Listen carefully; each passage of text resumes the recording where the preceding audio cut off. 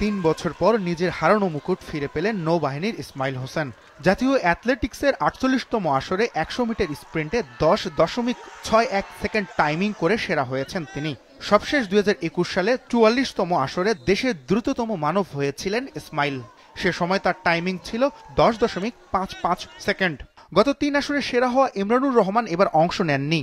বিগত দিনগুলো থেকে এইবারের দ্রুত মানব হওয়ার জন্য আমি টানা 7 মাস ট্রেনিং করছি। আমি আমার জায়গাটা ধরে রাখার জন্য সর্বাত্মক চেষ্টা করতেছি যাতে আমার জায়গাটা কেউ নিতে না পারে। ইমরান থাকলে একটা এক্সট্রা প্রেশার কাজ করতো, যেহেতু ইমরান নাই তো বাকি কম্পিটিটরগুলোকেও ইজিলি দেখা যাবে না, ওরাও ওদের জায়গা থেকে বেস্ট, তো সবাইকেই মাথায় রেখে আমার দৌড়ানো লাগছে। সামনে সাব গেমস আছে, তো আমার পক্ষ থেকে আমি চাইবো যে আমি সেরাটা দিয়ে আমি বাংলাদেশের জন্য একটা পদক নিয়ে আসার জন্য। কোটি মানুষের আস্থার ভালোবাসায় 11 বারের মতো দেশের 1 নম্বর রেফ্রিজারেটর ব্র্যান্ড ওয়ালটন।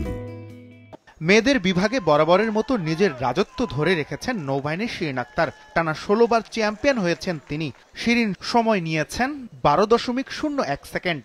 একা আমি বিকেএসপিতে ট্রেনিং করি। আমার কোচ যশোর বিজ্ঞান প্রযুক্তি বিশ্ববিদ্যালয়ে উপপরিচালক হিসেবে আছেন, উনি ওখান থেকে শিডিউল দেন। আমি একাই ট্রেনিং করি এখানে। চেষ্টা এবং আমার কোচ সব মিলিয়ে আমার সবাই সাপোর্ট করছে, জন্যই আমি আসলে পারছি।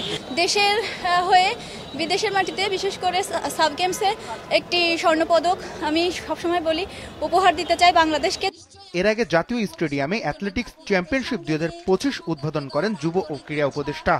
খেলাধুলার বিকেন্দ্রীকরণ এবং সঠিকভাবে ট্যালেন্ট হান্ট এবং তাদের পরিচর্যা, একই সাথে অ্যাডভান্স লেভেল ট্রেনিংয়ের জন্য স্পোর্টস ইনস্টিটিউট স্থাপনের প্রক্রিয়া চলমান আছে।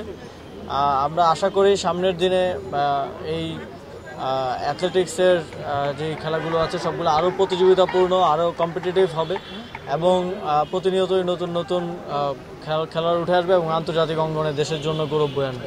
আগামী বুধবার শেষ হবে এবারের আসর।